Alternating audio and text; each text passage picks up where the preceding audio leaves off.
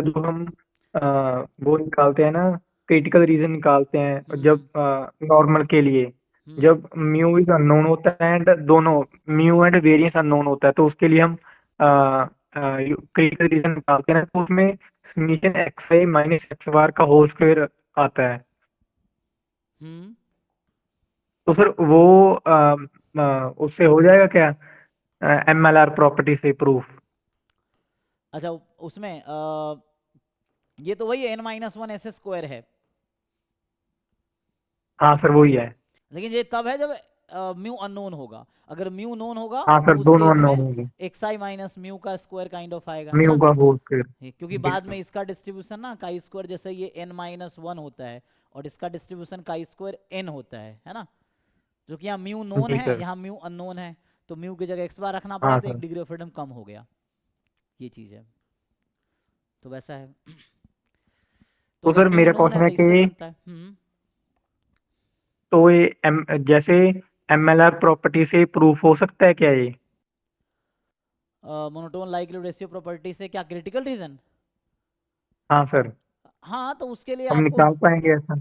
तो उसके लिए तो आपको वो निकालना पड़ता है ना, सफिशिएंट एस्टिमेटर, या वो तो एक्सपोनेंशियल फैमिली का अगर डिस्ट्रीब्यूशन है तो टी क्या है हाँ उसके सर। अकॉर्डिंग आ जाएगा। हाँ, तो इससे भी आ जाएगा, मोनोटोन जी। लाइक रेशियो प्रॉपर्टी से भी आ जाएगा। तो सर हम फर्स्ट वाले केस के लिए हम जो जब हम मोनोटोन लाइकली वो निकालेंगे, तो उसमें कैसे निकालेंगे वो? कोई क्वेश्चन बताओ ऐसा कोई जहाँ पे जरूरत पड़ी हो आप किसकी। नहीं सर, मैं तो वैसे ही प्रूव करके देख रहा था हम्म कि हो पा रहा है। दो केस तो हो गया था, तीसरा भी हो गया था नहीं, जो मोनोटोन आपने लाइक्ली रेशियो नीचे। प्रॉपर्टी जो है वो तो डिस्ट्रीब्यूशन की होती है कि किस डिस्ट्रीब्यूशन में है और किस में नहीं है, यही ना। हाँ सर। तो हाँ हाँ सर। तो पहले तो आपको ये चेक करना, मान लो नॉर्मल की बात कर रहे हो आप, तो नॉर्मल डिस्ट्रीब्यूशन एक्सपोनेंशियल फैमिली का मेंबर है। और थ्योरम कहता है कि जो जी सर। नॉर्मल डिस्ट्रीब्यूशन है वो monotone likely ratio property satisfy करेगी बिकॉज ये एक्सपोनेंशियल फैमिली का मेंबर है।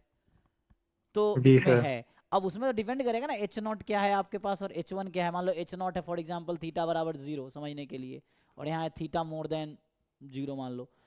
तो इसके लिए फिर उसके अकॉर्डिंग क्रिटिकल रीजन आएगा।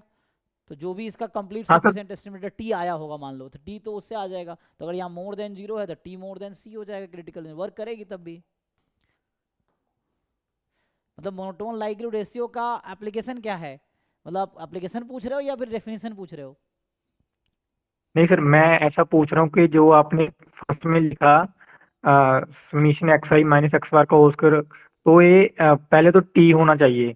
इसका हम वो निकालेंगे, कंप्लीट एंड सफिशिएंट एस्टिमेटर बोलते हैं हम इसको। हाँ हाँ तो उसको ही हम क्रिटिकल रीजन निकालते हैं, बस वो साइन एच वन से डिसाइड हो पा रहा है। हाँ। तो तो हम जो आपने लिखा है उसको, वो टी उसको कैसे प्रूव करें उसको?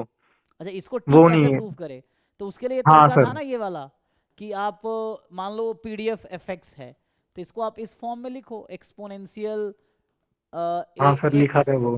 Plus B theta plus C theta into H x, यही कहना चाह रहा हूँ ना। तो यहाँ मैंने ये लिखा हाँ था कि sir. C theta is increasing non function. Decreasing one. हाँ, नॉन डिक्रीजिंग या इंक्रीजिंग कह दो। तो हाँ उस सर वो तो केस चल में टी जाएगा, ठीक आपका है। समेसन एच एक्स आई आ जाएगा, ये रहेगा हाँ सर। बस। तो यहाँ से टी आ जाएगा। पीडीएफ को ऐसा तो लिख सर लो। उसमें हाँ। हम्म तो एच एक्स में अ, तो थीटा तो सी ऑफ थीटा तो सी ऑफ म्यू एंड सिग्मा से का फंक्शन होगा इसमें। तो दो पैरामीटर हो जाएगा तो कोई दिक्कत नहीं है, टू पैरामीटर फैमिली है। तो ये तो वन पैरामीटर के लिए थ्योरम लिखाया था मैंने, ये वन पैरामीटर हाँ सर। एक्सपोनेंशियल फैमिली का है। टू पैरामीटर होगा तो इसमें डबल टर्म्स आएंगी, तो ये ऐसा आ जाएगा c one theta h one x, फिर आ जाएगा। तो सी टू थीटा। मतलब यहाँ थीटा बोलने का मतलब अब जो कह रहे हो आपके क्वेश्चन में म्यू सिग्मा स्क्वायर है, ऐसा यहाँ जब थीटा बोल जी रहा हूँ अब सर। मैं, तो ऐसा समझो अब इसको। तो ये दो टर्म आ जाएगा मेनली इसके पास दो टर्म ही आएगा, जब दो पैरामीटर आप चेक करना दो टर्म आएगा, ये चीज़ है। तो सी वन थीटा, अब थीटा ये फंक्शन वेरिएबल क्या बोलते हैं, रैंडम वैक्टर या वैक्टर बोल दो, जस्ट रैंडम वैक्टर नहीं वैक्टर है एक।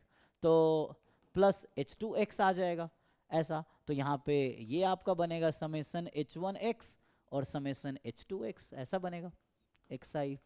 तो ये बनेगा कंप्लीट सफिशिएंट एस्टिमेट उसके अकॉर्डिंग। तो सर बट हमारा तो ऊपर एक आ रहा है टी।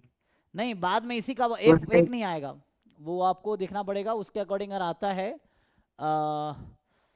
पहले सिंप्लीफाई, वो उसके लिए क्वेश्चन देखना पड़ेगा ना आपको, या तो फिर वर्क नहीं करेगा, क्योंकि मेनली जो वो था ना मोनोटोन लाइक्लीहुड रेशियो प्रॉपर्टी, वो 1 पैरामीटर एक्सपोनेंशियल फैमिली के लिए थ्योरम था, 2 पैरामीटर हाँ के लिए सर। थ्योरम ही नहीं आई थिंक। तो जो आप ऐसे पूछना चाह रहे हैं कि 2 पैरामीटर होगा तो क्या होगा, है ना, तो वो जो हाँ सर थ्योरम वही। है जो मैंने क्लास में लिखा है या बुक में है, वो 1 पैरामीटर के लिए ही है। कंप्लीट सफिशिएंट तो यहाँ से आ जाएगा, लेकिन जो MLR प्रॉपर्टी मैंने क्लास में लिखा है वो सिर्फ 1 पैरामीटर एक्सपोनेंशियल फैमिली के लिए है, तो वो 1 पैरामीटर के लिए ही डिसाइड कर पाएगा, क्योंकि H0 और H1 में ना एक ही पैरामीटर के रेस्पेक्ट में टेस्टिंग होगी ना, और आपके जैम लेवल पे हाँ एक ही सर। पैरामीटर की टेस्टिंग होगी, ऐसा नहीं होगा कि 2 अननोन पैरामीटर है और एक की टेस्टिंग है, ऐसा नहीं होगा, वो 1 पैरामीटर का ही टेस्टिंग है, 1 पैरामीटर वाला ही आएगा, ये है।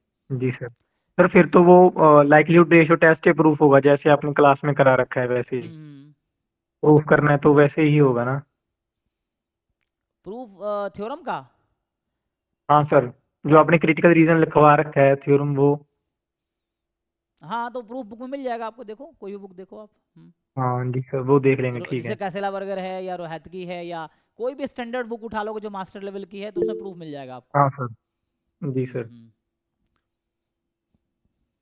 ठीक है, आते हैं जी, एक बार चैट में जिनका क्वेश्चन एक बार 1 बाय 1 देखते हैं ना। सो